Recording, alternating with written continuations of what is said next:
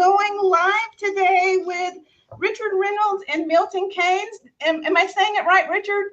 Milton Keynes, yeah. Milton Keynes in the United Kingdom. So we'll talk a little bit about the broadcast. We are broadcasting right now live on YouTube Live, LinkedIn Live, and on a variety of Facebook pages right now. And so I am in Eugene, Oregon. He is in Milton Keynes, the United Kingdom. And he is broadcasting from the Champagne fire truck. So he'll talk a little bit about that. So the Time to Wine broadcast is a live broadcast featuring experts in wine, entrepreneurship, social media, marketing, and leadership. And it is 9 a.m. Pacific Standard Time, the second and the fourth Monday of the month. The international interviews are every other Friday at 11 a.m. And we are also broadcasting live, which has been pretty interesting between countries, between South Africa, also Australia, etc. And you are also welcome to comment. Someone just sent me a note, so I'll take a look and see what that says. But you're welcome to ask us any questions while we are broadcasting live. I have been approved for LinkedIn Live, Facebook Live, and YouTube Live, and I'm working on Amazon Live as well. And all of the broadcasts are featured on Pinterest, Facebook, Twitter, LinkedIn, and Instagram. Richard Reynolds is a pastry chef from Milton Keynes, United Kingdom. He is an entrepreneur. He created Belly Store, which is a brand is it international or in your area? It's in the UK, yeah. In the UK, providing delicious home-cooked goodies straight from the oven to events across the country. And his new venture is the Champagne fire truck, a restored 1972 fire truck converted to a champagne bar. Again, you're welcome to ask us any questions live. I'm watching as I am doing the broadcast. So Douglas just said hi. Douglas. Hi, Douglas. Hi, Douglas. Okay, so I'll just write him. Hi, Douglas. Thank you. You're welcome to ask us any questions and pass this around while we're talking on your different social media channels. Okay, Richard, do you want to talk a little bit about your work history? Hi, Jessica. Yes, lovely to chat again. Yes, at the age of 10, I wanted to be a chef. At the age of 14, I wanted to be a pastry chef. And that sort of worked my way towards doing that. Was in catering for 14 years, working in 4-star hotels, 2 Red Rosette establishments. Sold my soul to the devil and moved across into manufacturing. I had a Monday to Friday job rather than working weekends and stuff like that. Did that full time for 7 years. Then moved across, got made redundant. Got made redundant 3 times in 7 years, no fault of my own, thankfully, and went freelance. So that was quite well, and I have been doing that for the past 11 years. So going to big food factories, do all the woolly fluffy stuff at the front end of development, and the factory then produces just obscene volumes of food. But yeah, it is good fun. Wrote a bucket list, couldn't afford a lot of it. Started up the events catering business that was all around chocolate muffins. And things have moved on rapidly in the past 4 years, and that model's changed quite quickly. And in the last 2 years, this little thing that I've sat in, or 3 years, sorry, has sort of come about, and it's at the start of its journey, really. So yeah. So Richard, Douglas, so I'm putting on the screen, Richard, Douglas just sent us a note that says hi, and then this is the second note. Can you see it? Yeah, we need some champagne in Chicago. Well, we need I'm sure they've got champagne in Chicago, Douglas. Somewhere, maybe not in a fire truck. Hey, Douglas, do you have any champagne? Do you have a fire truck driving up with champagne into your local office? Okay, so welcome to ask us any questions or comment. Let us know you're around. Send us a like. Give us some hearts. Let us know you're here. Okay, so you also created Belly Store, which is home cooked goodies. It's a brand in the United Kingdom. Do you want to talk a little bit about that? Yeah, so it's an event catering business. We tend to do the high end stuff, or the higher end of the public events. Do have some corporate events that we do, but yeah, it tends to be a lot of high end car stuff. So Aston Martins, McLarens, the vintage vehicles. We've got into Prescott Hill Climb last year, and they've taken a third of our public sort of venues, or sort of public time for events for this year. So yeah, that's good. Which is quite nice. Just do stuff a little bit different from the others, but dry cured, oak smoked, streaky bacon rather than your traditional back bacon that everyone else does. It's hopefully it's a little bit higher standard than everything else out there. I think we talked a little bit about, it sounds kind of like Voodoo Donuts, which is in my area, with the maple and bacon donuts, etc. So Douglas has said, I work from home. I miss a few bars close to the old office downtown. I like Chicago, Douglas. Okay. All right. So let's talk about, this fun, interesting pandemic. The oddest thing that's ever happened in most of our lives, I think, is right up there with the pandemic. So what I've noticed from many people is it's caused a lot of entrepreneurship. So do you want to talk a little bit about COVID from your area, so the UK, and how things have evolved on your side? And of course, I know it's caused a lot of entrepreneurship with you. So do you want to talk about your feelings about the whole experience? Yeah, it's I remember when I first got into catering, it was people like, you've got a job for life, and COVID hit and a lot of hotels and restaurants shut down, and this job you've got for life is no longer there. It's the weirdest thing ever. Some places were able to convert and turn a different direction and all that sort of stuff to make the most of it and try and get through, and other businesses were unable to, whether that's staffing issues or location, or I know Douglas mentioned he's working from home. Yeah, there are a lot of businesses that are in the sort of highly office populated areas that weren't able to do anything because the people weren't there to support them and all that sort of stuff. So those businesses really struggled, as well as loads of others. So yeah, well, pubs being open at night and weekends and all that sort of stuff, they've all gone. People have now got into different habits and stuff like that, and it's going to be difficult for them to open back up again. So yeah, interesting times. It's interesting times, and I think that in the United States right now, well, in the United States has different things that they're doing in different states, but in Oregon, we just took off our mask. And so some are saying we're in the phase where we're in an endemic instead of a pandemic, but we're waiting to see what happens. But this is the first time we've had our mask off in over a year, I think. What's going on over there? Yes, you're allowed to. I think public transport, you still got to wear your mask. You're allowed to go into pubs and restaurants and supermarkets and stuff like that without your mask. I'd probably say a good quarter to a third of people are still wearing their masks inside, and we still got all the sanitizer and all that sort of stuff when you go in. So for all your touch points and stuff, so that's keeping on going, which is good. Okay. All right. Well, let's move on to the next question, which is, let's talk about the Champagne fire truck. So first of all, you had a lot of fire truck restoration, and then you want to talk about, let's talk about the restoration, and then we can talk about your business. Yeah. So a month before the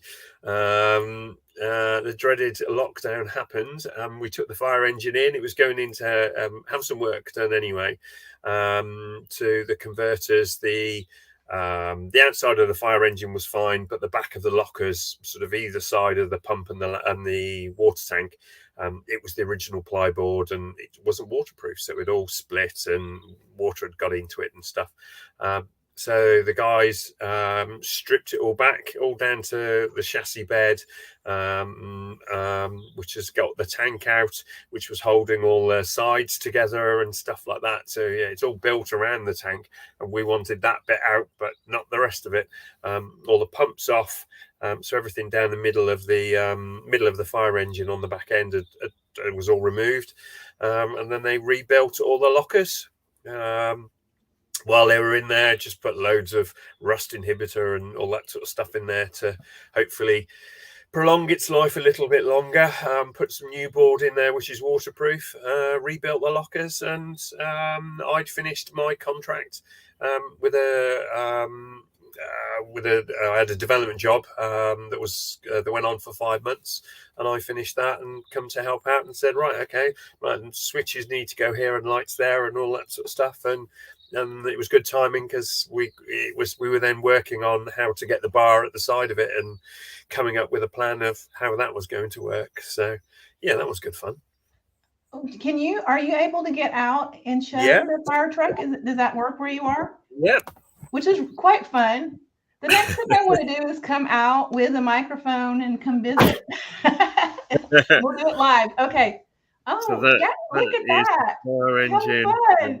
Can you show some of the lockers and things? Yeah. Oh, perfect. Are you on your phone, Richard, or are you on the laptop?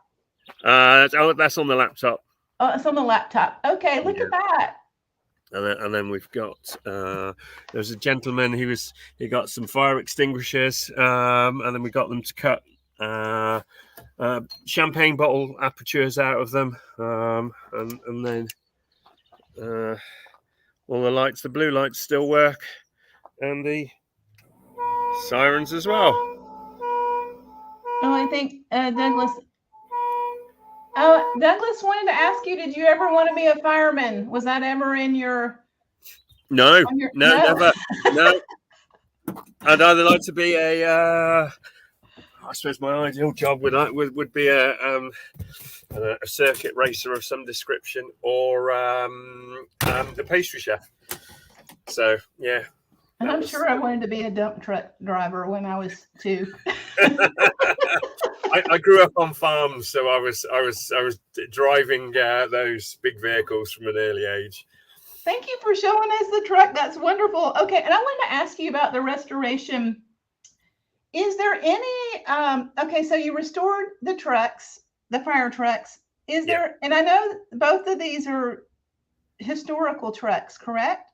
Yes. Is there any kind of? Let me think of the right word to say. Historically, if they are refurbished historically to a certain extent, is there any interest in that, or is it more just restored for fun for your business? Yes, some of it is keeping the older vehicles around, because they are disappearing. Who knows where it will go. So yeah, it was trying to save it. The other fire engine I've got, which was the original, so I have a 1963 Dennis fire engine. That was I was on a commercial eBay, for want of a better word, and it was so cheap. I went, I've got to buy that.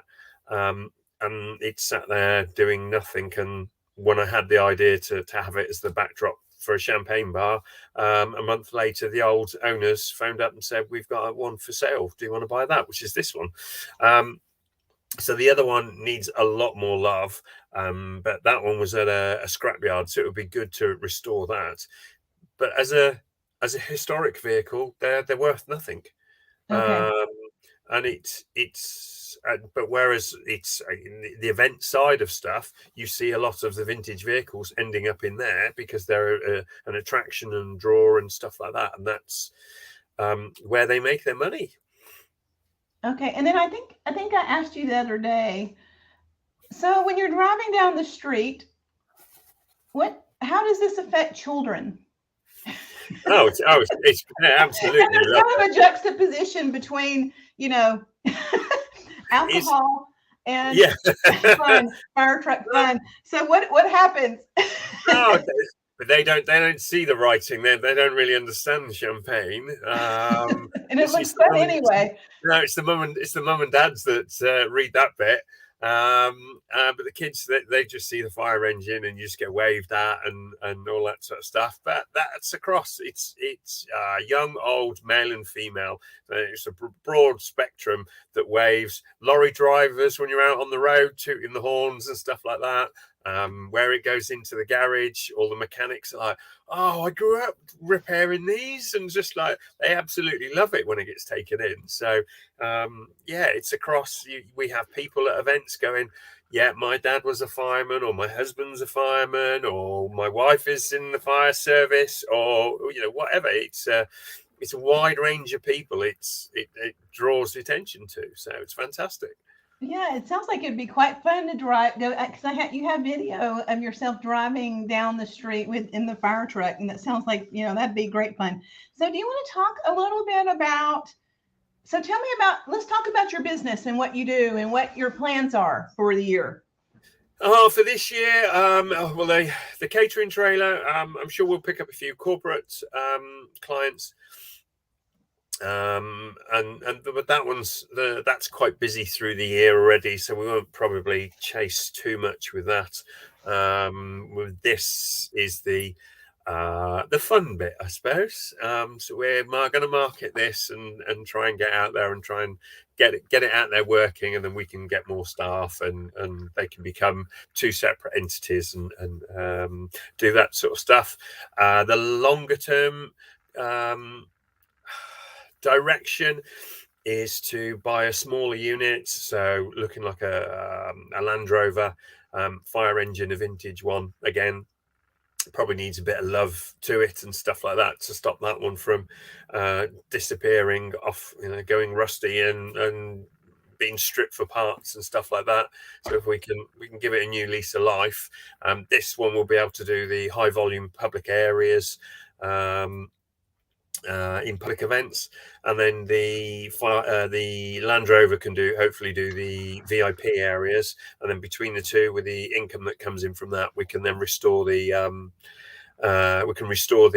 63 Dennis. That one will have quite a major change to it, because we're going to take there's a 4.8 military grade Rolls-Royce engine in it, 6-cylinder. We're going to remove that out and hopefully have an electric conversion. So yeah, that's a lot of work. It's probably, I've been told it's a 2-year project to get to restore and convert that one. So yeah, so that should just future proof us for a short while anyway. Okay, and I know you had mentioned you have gone into several locations, and it's out of context for me because I'm in a different country, but you got some big deals where you were in maybe convention centers or something like that. What were you? I know you had the truck inside a building of some sort. Do you want to talk about that? Yeah, so that was it's a group of exhibitions called the Events Production Show, International Confex, and the PA Show, in an exhibition hall down in London, across the water. Yeah, across the water from the London airport, city airport. So we were there showing it off to the events industry. So we were there 2.5 weeks ago.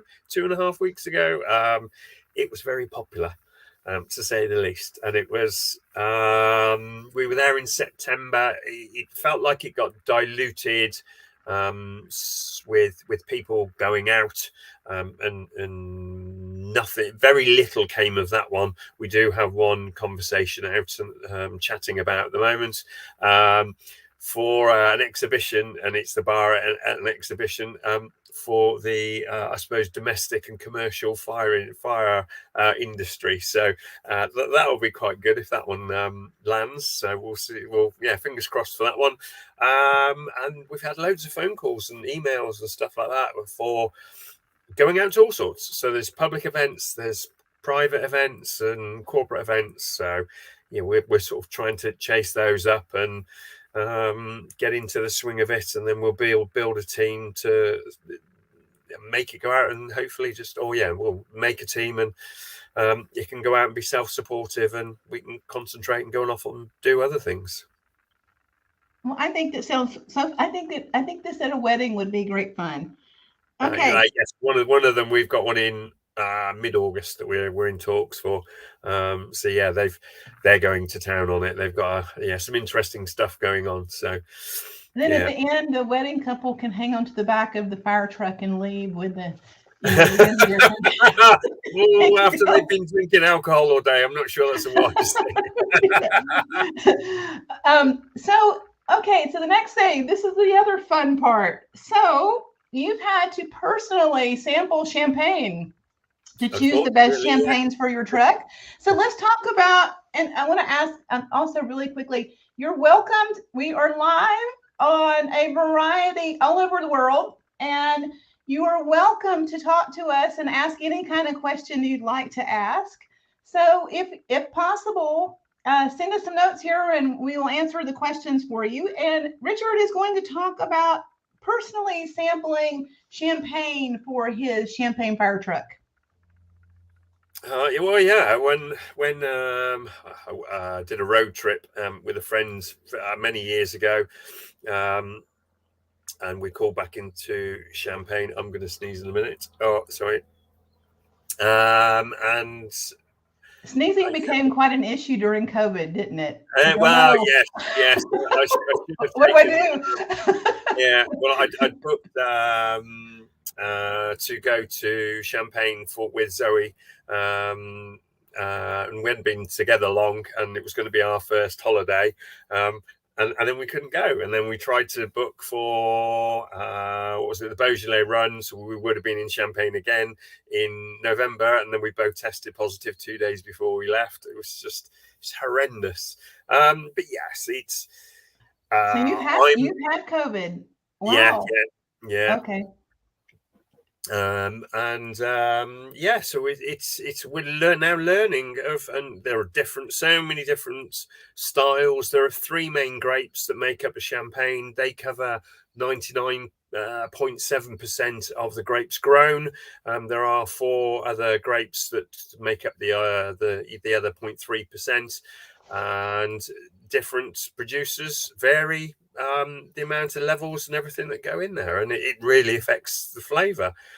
Me personally, I learned about Blanc de Blanc, which is all Chardonnay grape, and that's the one for me. I'm really happy with that, quite happily. And then they go, oh, here's our prestige one that's over Blanc de Blanc, and I always prefer the Blanc de Blanc. So learning loads, and it's all a different ratio. So either a third split across them all, or all Chardonnay for me. Okay, and did you want to talk a little bit about your trips to France? I know you mentioned that, but do you want to go into a little bit of detail about that? It's after that first road trip that we did Moet and Verve. A totally different lifestyle over there. You got great boulangeries, great coffee, no tea. I am a tea drinker. How long does it take you to get to France from where you're located? Between 6 and 6.5 hours.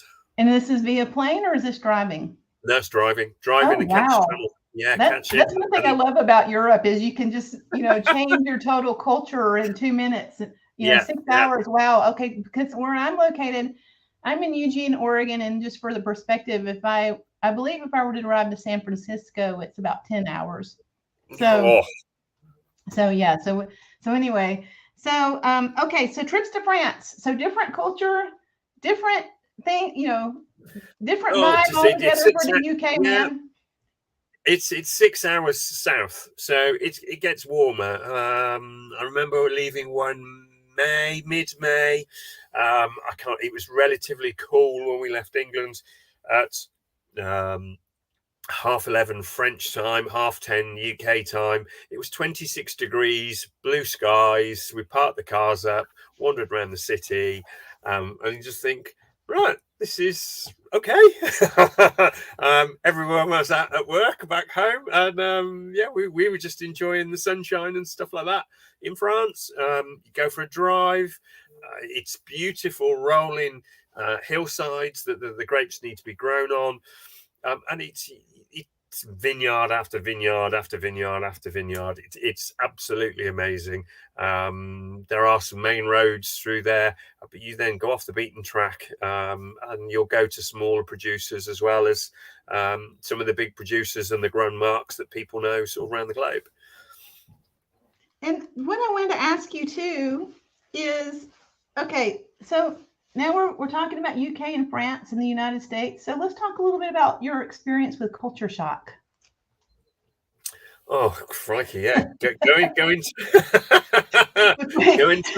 into a country and not really understanding some of the language. It's being a chef, some of the French food and stuff like that was quite easy because you've learned that, and you had French sommeliers and chefs in there, so you got to learn names, but I still can't speak fluently. That was a lockdown project as well, and then life got too busy last year, so that had to go by the way about July time-ish. But I need to learn a lot more French and stuff. But it could be anything. Sometimes just signs, driving, all the things that you take for granted. I suppose, France and the States, you drive on the same side. It's us and Australia and South Africa that drive on the same side of the road. So it's that's an interesting challenge when you first go over, and you're suddenly on the wrong side. You sat in the wrong side on the road. So you're okay on the main roads and dual carriageways and stuff like that. When you get into the smaller roads, that's when it becomes a problem. Get caught behind slow traffic, you can't see to go past it. When I was in Italy, so I'll give you a quick example here. When we go to the airport here, we go to the airport, you get a ticket, and when you leave the airport, you pay, you pull out your credit card and you pay, and the little bar opens and you leave. So I was in Italy, and apparently in Italian, there was a sign that said you needed to go across the street to get your ticket. Yeah. Oh, wow. So I am exiting with the big queue to exit with the little thing that lifts up so you can leave. And so I'm expecting to pay as I exit. Yeah. So I'm in the middle of the queue, and they're like, oh, you have to have a ticket. Oh, so I had to get out of the car with my friend in the rain and say in some sort of Italian, pardon me, could everyone back up? Wow. I need to get out and go get my ticket. So, this is how we learn when we're traveling. I'm a very experienced traveler, so I've learned some of these things over the years. Okay, so let's talk about, so you're an entrepreneur, and let's talk about some tips for entrepreneurs. Oh, crikey. I suppose the biggest one is through a pandemic. Yeah, the biggest one is you've got to sort of stay focused in doing what you want to do, but at the same time be able to switch. I started off doing chocolate muffins. That was it. And then I thought I'd be doing a lot better with that, because no one else is doing anything out there, and they are great and they get great feedback when you're at events. But my model has changed, and it's gone to savoury food or coffee, savoury food, and now I've got a fire engine that's selling champagne. I'll happily work on this all day long, and this is fun. There's a lot less. A lot less thought for the catering trailer. If you're making a coffee, there's so much for a cup of coffee, and you sell it for £3.50 at events over here. Champagne, make sure you got champagne, make sure you got glasses, make sure it's cold. That's it. And then how much is the glass of champagne on the truck? Depends on the event, depends on the champagne. Okay. Could be anything from 11 to, if you say 11 to 15, £16. Yeah. Okay. All right. And then, so I know you have a lot of future projects. Do you want to talk about your future projects? We went through those with the Land Rover and the electric Dennis. So we've done that one already. Okay. All right, then let's talk about, so we're at 30 minutes, so let's just talk real quickly about your area, the area you're in, the things to see and do. What is your area known for? And then here's a question real quick. So let me add this up. How do you, here you go. Champagne bottle range fresh over a long period. Thank you for your question. There's a way of putting, there are a few gases that are heavier than air that you can put on there, but I'd never keep a bottle of champagne open.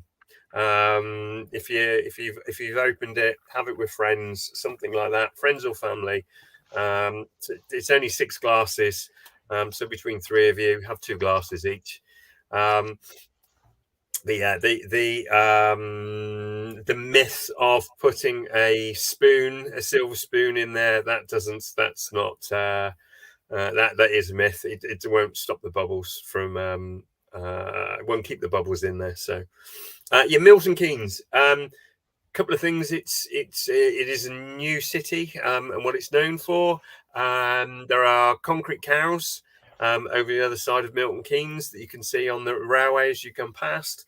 There's a lot of roundabouts, so it's built on the American grid system. Saw a program a couple of years back, and they said when it was first built, there were 330 roundabouts. So yeah, they are the best and the worst thing about Milton Keynes. And then Milton Keynes has grown, and a suburb of Milton Keynes is Bletchley, and that's where the code breakers and Alan Turing is from, where the first computer was supposed to be started, and the breaking of the Enigma code, and yeah, all that sort of stuff back in the war. Okay, well, thank you so much, Richard. I'm so glad that you gave us a tour of the Champagne fire truck.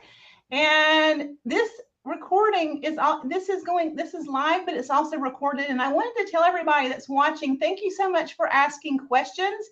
And please go ahead, and this is going to have a replay also. So it will be recorded and it is available on YouTube. It will also be on Facebook and LinkedIn and can be watched later. So please let us know that you're watching. Send us a heart, send us a hello, and we're happy to answer any questions. And I'm so pleased to have you, Richard.